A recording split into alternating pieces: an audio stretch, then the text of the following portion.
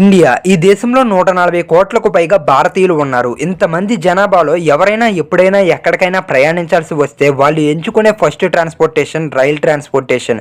So Indian government కూడా రైల్వేస్ని upgrade చేస్తూ కొత్త ట్రైన్స్ని టెక్నాలజీని తీసుకువస్తుంది. ఇప్పుడు ఇండియా తన మొదటి హైడ్రోజన్ ట్రైన్ను ఇంట్రడ్యూస్ చేయడానికి రెడీ అవుతుంది. ఇండియాలో ట్రైన్స్ అండ్ వాటికి కావలసిన ఇన్ఫ్రాస్ట్రక్చర్ ప్రెజెంట్ ఉంది. అయితే హైడ్రోజన్ ట్రైన్స్ని మ్యానుఫ్యాక్చర్ ఆర్ ఇంపోర్ట్ చేసుకోవడం కంటే ఆల్రెడీ ఉన్న ఎలక్ట్రిక్ డీజిల్ ట్రైన్స్ పై ఇన్వెస్ట్ చేస్తే ఇండియాకి ఫైనాన్షియల్ గా బెనిఫిట్ ఉన్నా ఎందుకు హైడ్రోజన్ ట్రైన్స్ పై ఇండియా ఇంట్రెస్ట్ చూపిస్తుంది? హైడ్రోజన్ ట్రైన్స్ వల్ల ఇండియాకి బెనిఫిట్ అవుతుందా? హైడ్రోజన్ ట్రైన్స్ కు ఉన్న అడ్వాంటేజెస్ అండ్ డిసడ్వాంటేజెస్ గురించి ఈ వీడియోలో తెలుసుకుందాం. 170 ఏళ్ల క్రితం భారతదేశం మొదటి రైలు బాంబే తానే మధ్యలో 1853 ఏప్రిల్ 16న ప్రయాణించింది.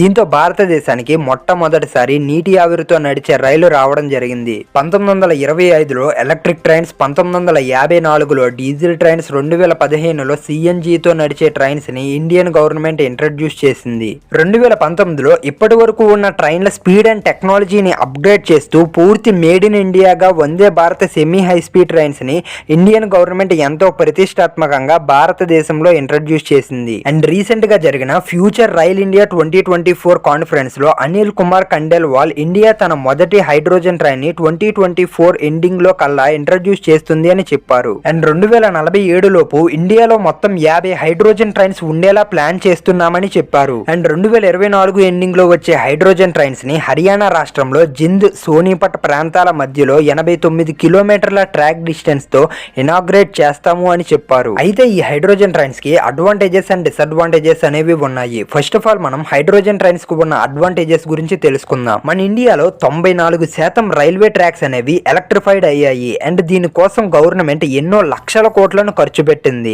ఒకవేళ ఇండియా దగ్గర హైడ్రోజన్ ట్రైన్స్ అనేవి ఉంటే ఇన్ని లక్షల కోట్లను ఖర్చు పెట్టాల్సిన అవసరం ఉండేది కాదు. మీకు ఇక్కడ ఒక డౌట్ వస్తుంది, అదేంటంటే ఎందుకు హైడ్రోజన్ ట్రైన్స్ వల్ల డబ్బు సేవ్ అవుతుంది అని. మనం చాలా సార్లు ట్రైన్స్ లో ప్రయాణించేటప్పుడు ఎలక్ట్రిక్ పోల్స్ ని చూస్తుంటాం. వీటిని ఎలక్ట్రిక్ ట్రైన్స్ నడవడానికి కావలసిన కరెంట్ ని ట్రైన్ ఇంజిన్ కి అందించడంలో ఉపయోగిస్తారు. దీనిని ఓవర్ హెడ్ లైన్స్ అని అంటారు. అండ్ ఎలక్ట్రిక్ ట్రైన్స్ కి ఇంకా చాలా విధాలుగా కరెంట్ ని అందిస్తారు. అండ్ ఇటువంటి ఇన్ఫ్రాస్ట్రక్చర్ ని ప్రొవైడ్ చేయడమే చాలా ఖర్చుతో కూడుకున్న పని. అయితే ఈ ఇన్ఫ్రాస్ట్రక్చర్ కన్స్ట్రక్ట్ చేసిన తరువాత ఈ ఎలక్ట్రిక్ లైన్స్ ని మెయింటైన్ చేయడానికి ప్రతి సంవత్సరం గవర్నమెంట్ కొన్ని వేల కోట్లను ఖర్చు పెడుతుంది. అండ్ హైడ్రోజన్ ట్రైన్స్ కి ఎక్స్టర్నల్ కరెంట్ అనేది అవసరం లేదు. సో ఇండియా దగ్గర కానీ హైడ్రోజన్ ట్రైన్స్ అనేవి ఉంటే ఈ విధంగా లక్షల కోట్లు ఖర్చు పెట్టాల్సిన పని ఉండేది కాదు. ప్రతి సంవత్సరం ఎలక్ట్రిక్ లైన్ మెయింటెనెన్స్ కి వేల కోట్లు ఖర్చు పెట్టాల్సిన పని ఉండేది కాదు. అయితే మీరు అనుకోవచ్చు, హైడ్రోజన్ ట్రైన్స్ కి బదులు డీజిల్ ట్రైన్స్ ను వాడొచ్చు కదా, వాటికి కూడా ఎక్స్టర్నల్ కరెంట్ అనేది అవసరం లేదు కదా అని. బట్ డీజిల్ ట్రైన్స్ అనేవి చాలా కార్బన్ ఎమిషన్ ని వాతావరణంలోకి రిలీజ్ చేస్తుంది. సో పొల్యూషన్ అనేది పెరుగుతుంది. అదే మనం హైడ్రోజన్ ట్రైన్స్ ని వాడితే ఈ సమస్య ఉండదు. ఎందుకంటే హైడ్రోజన్ ట్రైన్స్ లో వాడే ఇంధనం హైడ్రోజన్. అండ్ ఈ హైడ్రోజన్ ఇంధనాన్ని ఫ్యూయల్ సెల్స్ లో స్టోర్ చేస్తారు. అండ్ ఎప్పుడైతే hydrogen and oxygen atoms combine అవుతాయో అప్పుడు కెమికల్ రియాక్షన్ జరిగి ఎలక్ట్రిసిటీ ప్రొడ్యూస్ అవుతుంది. అండ్ ఈ ప్రొడ్యూస్ అయిన ఎలక్ట్రిసిటీనే ట్రైన్ మోటార్స్ కు పంపుతారు. అండ్ కెమికల్ రియాక్షన్ అయిన తర్వాత హైడ్రోజన్ అండ్ ఆక్సిజన్ H2O గా మారి హాట్ వాటర్ గా బయటకు వస్తుంది. ఈ ప్రాసెస్ లో ఎటువంటి కార్బన్ ఎమిషన్ అనేది ఉండదు. సో హైడ్రోజన్ ట్రైన్స్ వల్ల ఎన్విరాన్మెంట్ కి ఎటువంటి సమస్య లేకుండా ఆర్థికంగా ఎలక్ట్రిక్ లైన్స్ కి డబ్బు ఖర్చు పెట్టే పని లేకుండా రైల్ ట్రాన్స్పోర్టేషన్ జరుగుతుంది. హైడ్రోజన్ అనేది రీన్యూవబుల్ ఎనర్జీ. మనం న్యూస్ లో వింటూ ఉంటాం చమురు నిల్వలు అయిపోతున్నాయి అని. అండ్ ఈ చమురు నిల్వల పైనే డీజిల్ ట్రైన్స్ అనేవి ఆధారపడి ఉన్నాయి. ఒకవేళ చమురు నిల్వల కొరత వస్తే డీజిల్ ట్రైన్స్ ని నడపడం కష్టమవుతుంది. బట్ హైడ్రోజన్ ట్రైన్స్ కి ఈ ప్రాబ్లం ఉండదు. ఎందుకంటే హైడ్రోజన్ అనేది ఒక విధంగా తరగని వనరు అని చెప్పొచ్చు. హైడ్రోజన్ ట్రైన్స్ కార్బన్ ఎమిషన్ ని తగ్గించడంతో పాటు నాయిస్ పొల్యూషన్ ని కూడా తగ్గిస్తుంది. ఈ ట్రైన్స్ చాలా స్మూత్ గా ఎటువంటి నాయిస్ లేకుండా ట్రావెల్ చేస్తాయి. అదే డీజిల్ ట్రైన్స్ అయితే చాలా ఎక్కువ నాయిస్ ని ప్రొడ్యూస్ చేస్తుంది. అండ్ ఈ ప్రాబ్లమ్ ని మనం ఎప్పుడో అప్పుడు ఫేస్ చేసే ఉంటాం. ఈ ట్రైన్స్ లో చాలా ఫాస్ట్ గా హైడ్రోజన్ ఫ్యూయల్ ని తిరిగి రీఫ్యూయల్ చేయగలం. అండ్ ఈ ట్రైన్స్ బెటర్ ఫ్యూయల్ ఎకానమీని ఇస్తుంది. మన భాషలో చెప్పాలంటే ఈ ట్రైన్స్ మైలేజ్ అనేది చాలా ఎక్కువ ఉంటుంది. ఒక్కసారి ఫ్యూయల్ ని నింపితే దాదాపు 1000 కిలోమీటర్ల వరకు ఎక్కడ ఆగకుండా ప్రయాణించగలదు అని చెప్తున్నారు. ఇప్పుడు వరకు మనం హైడ్రోజన్ ట్రైన్ కి ఉన్న వన్ సైడ్ గురించి చూసాం. ఇప్పుడు హైడ్రోజన్ ట్రైన్ కి ఉన్న మరొక సైడ్ గురించి కూడా చూద్దాం. హైడ్రోజన్ ట్రైన్ కి ఎన్ని మెరిట్స్ ఉన్నాయో అన్ని డిమెరిట్స్ కూడా ఉన్నాయి. ప్రాక్టికల్ గా హైడ్రోజన్ ట్రైన్స్ లో వాడే టెక్నాలజీ అనేది చాలా ఎక్స్పెన్సివ్. సో ఈ ట్రైన్స్ ని మ్యానుఫ్యాక్చర్ చేయాలంటే చాలా డబ్బు ఖర్చు అవుతుంది.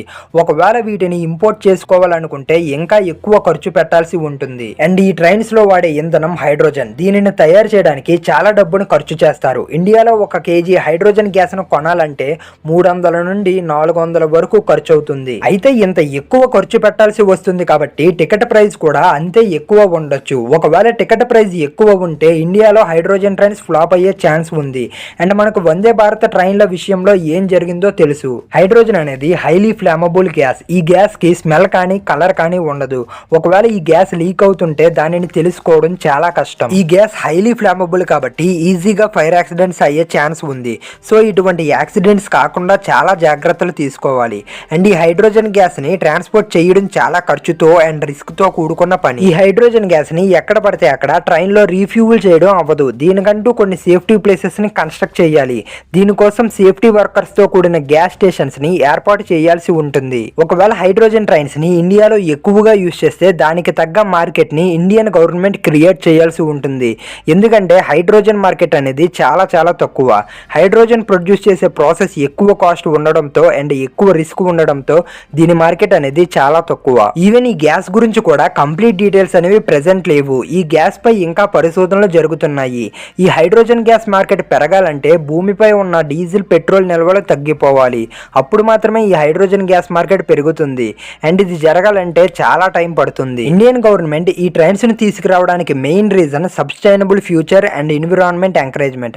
నిజంగానే సబ్స్టైనబుల్ ఫ్యూచర్ అనేది హైడ్రోజన్ ట్రైన్స్ వల్ల సాధ్యం అవుతుంది. ఈ ట్రైన్స్ వల్ల ఫ్యూచర్ లో ఒకవేళ చమురు నిల్వలు అయిపోయినా ఇండియన్ రైల్వేస్ పెద్దగా ఎఫెక్ట్ అవ్వదు.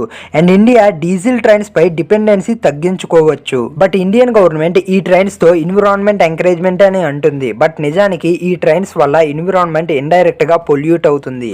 ఈ ట్రైన్స్ లో వాడే ఇంధనాన్ని తయారు చేయడానికి ఉపయోగించే ప్రాసెస్ లో చాలా ఎక్కువ పొల్యూషన్ అనేది రిలీజ్ అవుతుంది. ఇంకా చాలా డిసడ్వాంటేజెస్ అనేవి ఉన్నాయి. బట్ మెయిన్ అయితే ఇవే. ఇప్పటి వరకు మనం హైడ్రోజన్ ట్రైన్స్ అంటే ఏంటి, వాటి అడ్వాంటేజెస్ అండ్ డిసడ్వాంటేజెస్ గురించి తెలుసుకున్నాం. అయితే ఇప్పుడు ఈ ట్రైన్స్ ని ఇండియా ఎంకరేజ్ చేయడం ప్లస్ అవుతుందా లేదా మైనస్ అవుతుందో చూద్దాం. ఈ హైడ్రోజన్ ట్రైన్స్ పై ఇండియా ఇంట్రెస్ట్ చూపించడం వెనక పెద్ద మాస్టర్ ప్లానే ఉంది. ఇండియాలో చమురు నిల్వలు చాలా తక్కువ ఉన్నాయి. సో ఇండియా తన దగ్గర ఉన్న ఆయిల్ సరిపోకపోవడంతో వేరే దేశాలపై ఆధారపడాల్సి వస్తుంది. ఇండియా ఎక్కువగా ఆయిల్ ని రష్యా అండ్ గల్ఫ్ కంట్రీస్ నుండి ఇంపోర్ట్ చేసుకుంటుంది. గల్ఫ్ కంట్రీస్ లో ఎప్పుడు ఏదో ఒక ఇన్సిడెంట్ జరుగుతూనే ఉంటుంది. సో ఎప్పుడు ఆయిల్ రేట్ పెరుగుతుందో తగ్గుతుందో, అసలు ఇండియాకి కావాల్సిన ఆయిల్ దొరుకుతుందో లేదో అన్న భయం ప్రెసెంట్ ఉంది. సో ఈ డిపెండెన్సీని తగ్గించడానికి ఇండియాని ఒక హైడ్రోజన్ హబ్ గా చేయాలని ప్రెసెంట్ ఇండియన్ గవర్నమెంట్ చూస్తుంది. ఒకవేళ ఇలా జరిగితే ఫ్యూచర్ లో ఎక్కడ ఎలాంటి ఇన్సిడెంట్ జరిగినా ఇండియాకి ట్రాన్స్పోర్టేషన్ విషయంలో ఎలాంటి దిగులు ఉండదు. మీరు ఈ హైడ్రోజన్ ట్రైన్స్ వల్ల ఇండియాకి బెనిఫిట్ అవుతుందా లేదా భారం అవుతుందా అన్న దానిపై మీ ఒపీనియన్ ని కామెంట్స్ లో చెప్పండి. ఈ వీడియోకి ఇంతే ఫ్రెండ్స్. మళ్ళీ నెక్స్ట్ వీడియోతో కలుద్దాం. ఈ వీడియో మీకు నచ్చినట్లయితే ప్లీజ్ లైక్ అండ్ సబ్స్క్రైబ్ చేసుకోండి.